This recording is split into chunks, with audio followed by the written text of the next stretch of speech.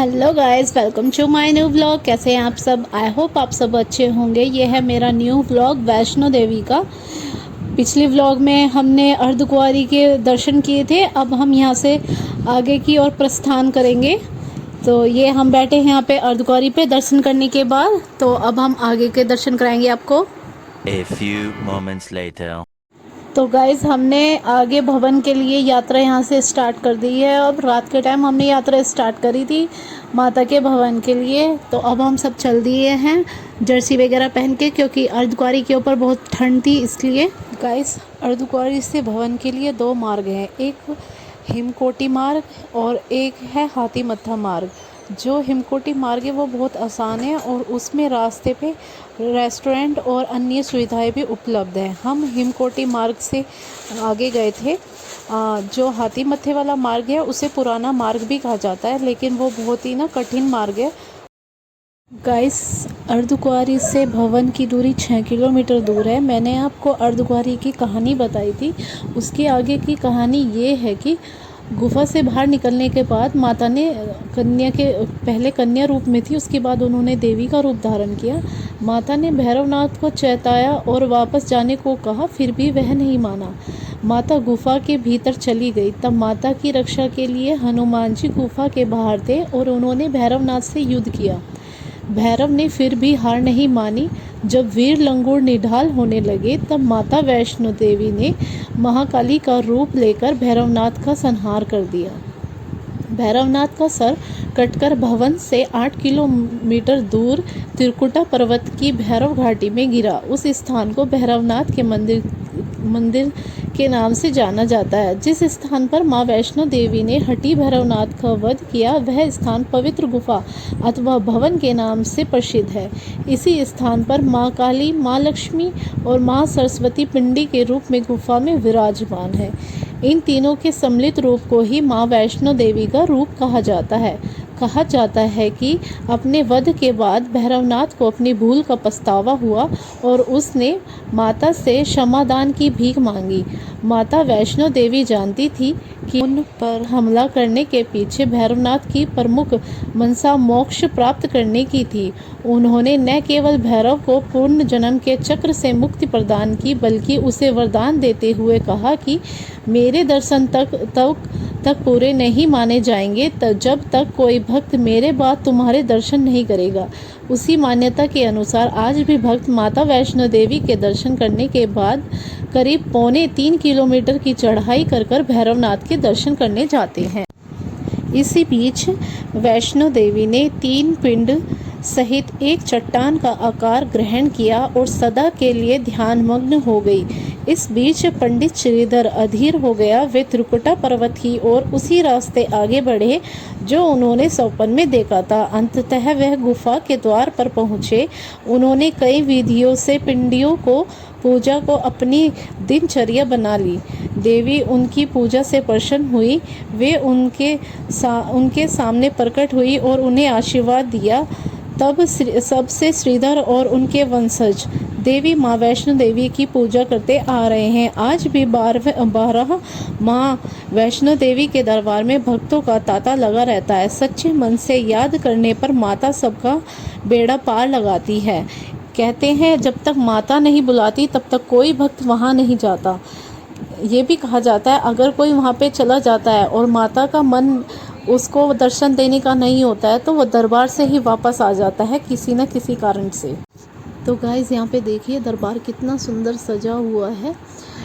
एक बात तो है, कहने की बात होती है कि कितनी भी लंबी चढ़ाई करके आ जाओ माता के दरबार में, और जब उनके दर्शन होते हैं ना तो एक बार में सारी थकान 1 मिनट में दूर हो जाती है। गाइस, यहाँ पे आने के बाद हमने थोड़ा बहुत आराम किया, क्योंकि हमने ऊपर दरबार में रूम लिया हुआ था। और 1-2 घंटा आराम करने के बाद उसके बाद हमने नहा धो के अच्छे से रेडी होके माता रानी के दर्शन किए। हमने 3-3:15 के आसपास दर्शन कर लिए थे और सच में उस टाइम बहुत अच्छे से दर्शन हुए माता रानी के।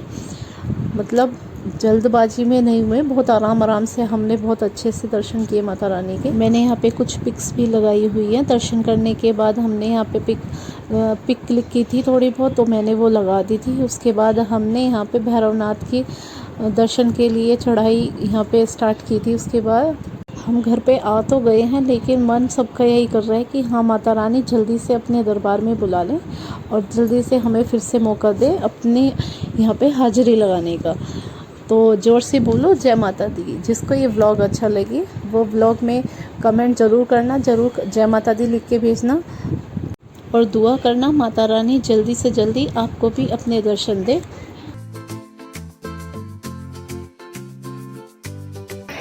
हेलो गाइस, हमारे यहाँ पे दर्शन हो चुके हैं। अब हम जा रहे हैं भैरव बाबा के दर्शन करने के लिए। ये देखिए माता का दरबार कितना सुंदर सजा है, ऐसा लग रहा है जैसे स्वर्ग में आ गए हो। तो चलिए गाइस, अब हम चलते हैं भैरव बाबा के यहाँ दर्शन करने।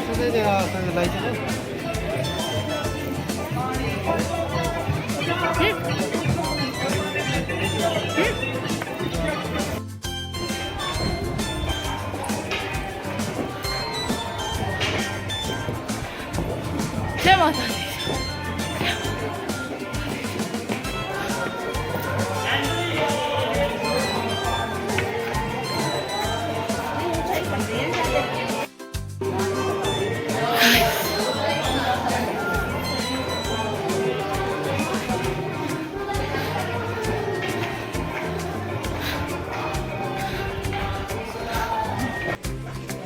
पहाड़ की तरह कैसे में आती हो, दिखाओ। फसल की तरह।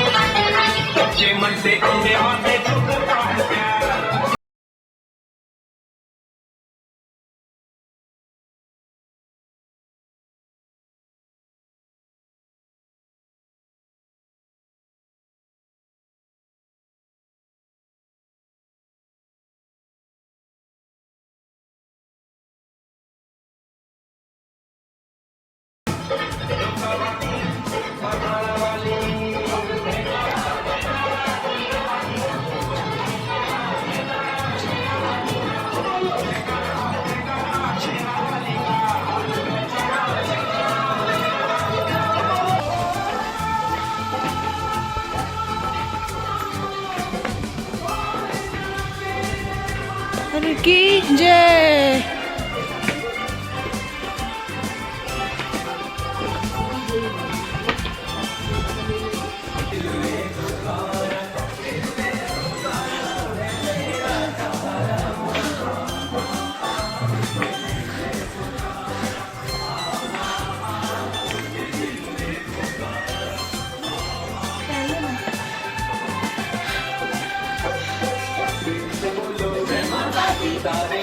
जय माता की, जय माता की, जय माता की।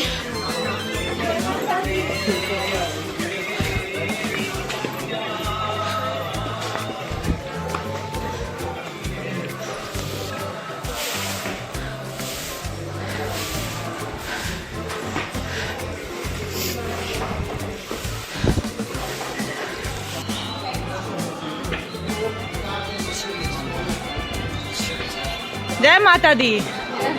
चलो चलो।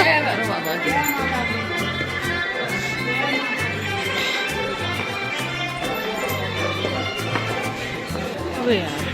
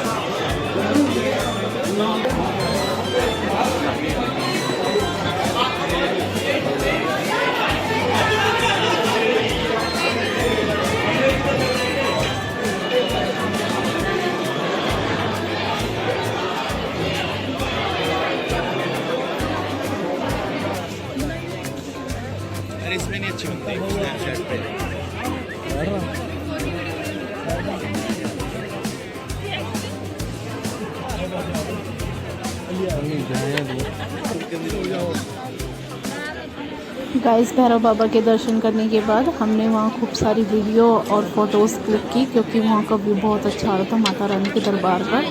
बहुत ज़्यादा अच्छा लग रहा था वहाँ पे, मन कर रहा था कि बस वहीं बैठे रहो।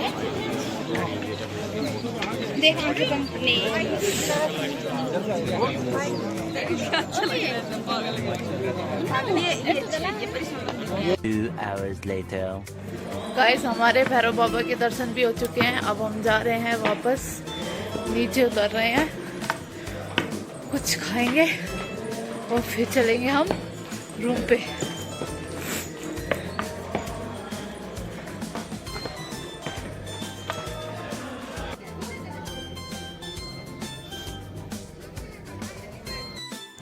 और हाँ गाइस, ये है हेलीपैड जहाँ पे हेलीकॉप्टर से लोग आ जा रहे थे। लेकिन मेरा मानना ये है, अगर आप चलने में सक्षम हैं तो आप पैदल ही यात्रा करें, क्योंकि उसका जो मान्यता है उसकी अलग ही मान्यता है। और जो मतलब माता के दरबार में जाने का जो मज़ा आता है ना, वो यात्रा पैदल करके ही आता है।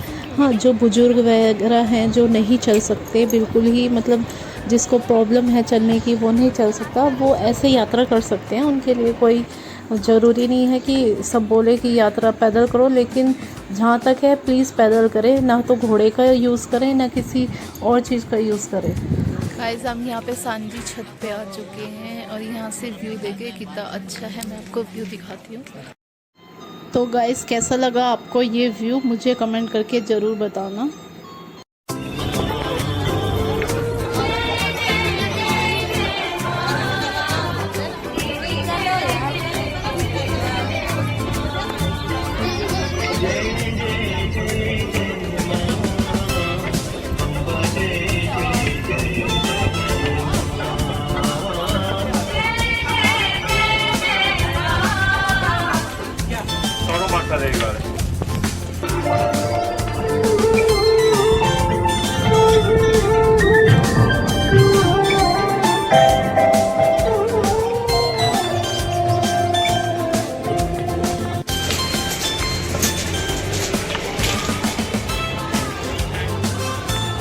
चलो सही चला।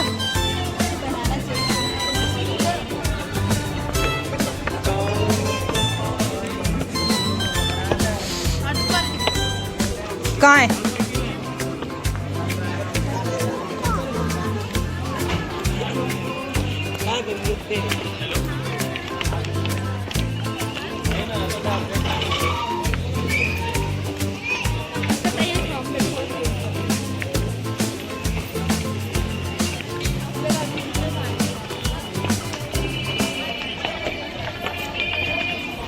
तो गाइज़ यहाँ पे मैं लास्ट में वीडियो नहीं ले पाई थी, क्योंकि बहुत ज़्यादा थक चुके थे, इसलिए जो मेरे पे पुरानी वीडियो थी मैंने उसे रिवर्स कर दिया। सो आप इस चीज़ को नोटिस मत कीजिएगा। जय हो माता अर्धकुंवारी, हे माँ वैष्णो देवी, जल्दी से अपने दर्शन के लिए हमें दोबारा ज़रूर बुलाना। जय माता दी गाइस। और आने के बाद गाइस हम बिल्कुल बेसुध होके सो चुके थे, क्योंकि हम बहुत बुरी तरह से थक चुके थे और हम अगले दिन ही उठे थे उसके बाद।